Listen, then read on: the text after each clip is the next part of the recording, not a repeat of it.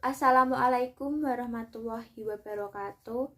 Dumateng Bapak Kepala Sekolah lan Bapak Ibu Guru ingkang kawula hormati. Dumateng rencang-rencang ingkang tansah kawula tresnani.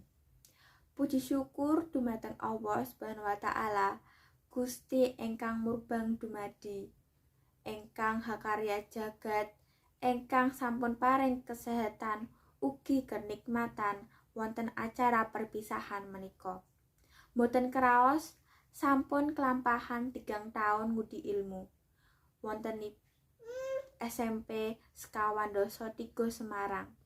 Dipun tambah malih wontenipun pandemi corona ingkang nyebabaken sekolah ngagem Zoom utawa daring. Ananging hal menika boten nyurutaken semangat kagem ngudi ilmu, ngudi kawruh. Matur nuwun sanget katuraken dumateng Bapak Kepala Sekolah, Bapak Ibu Guru ingkang sampun gula wentah, ingkang sampun asah-asih asuh kita sedanten.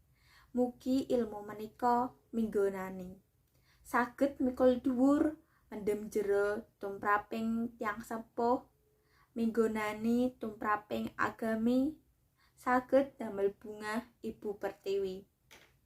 Kula sarencang nyuwun agunging samudra pangaksami dumateng Bapak Kepala Sekolah, Bapak Ibu Guru sedaya. Menawi wonten klenta-klentunipun kelepatanipun tindak tanduk selami kawruh wonten SMP Negeri sekawan dasa 3 menika, silaturahmi mugi saged terjagi. Kagem pamungkas atur Suradira Jayaningrat, lebur dengeng pangastuti. Monggo kita semangat SMP Negeri sekawan dasa 3 tumancep wonten sajroning ati. Lepat kalungan santen, menawi lepat nyuwun pangapunten. Wassalamualaikum warahmatullahi wabarakatuh.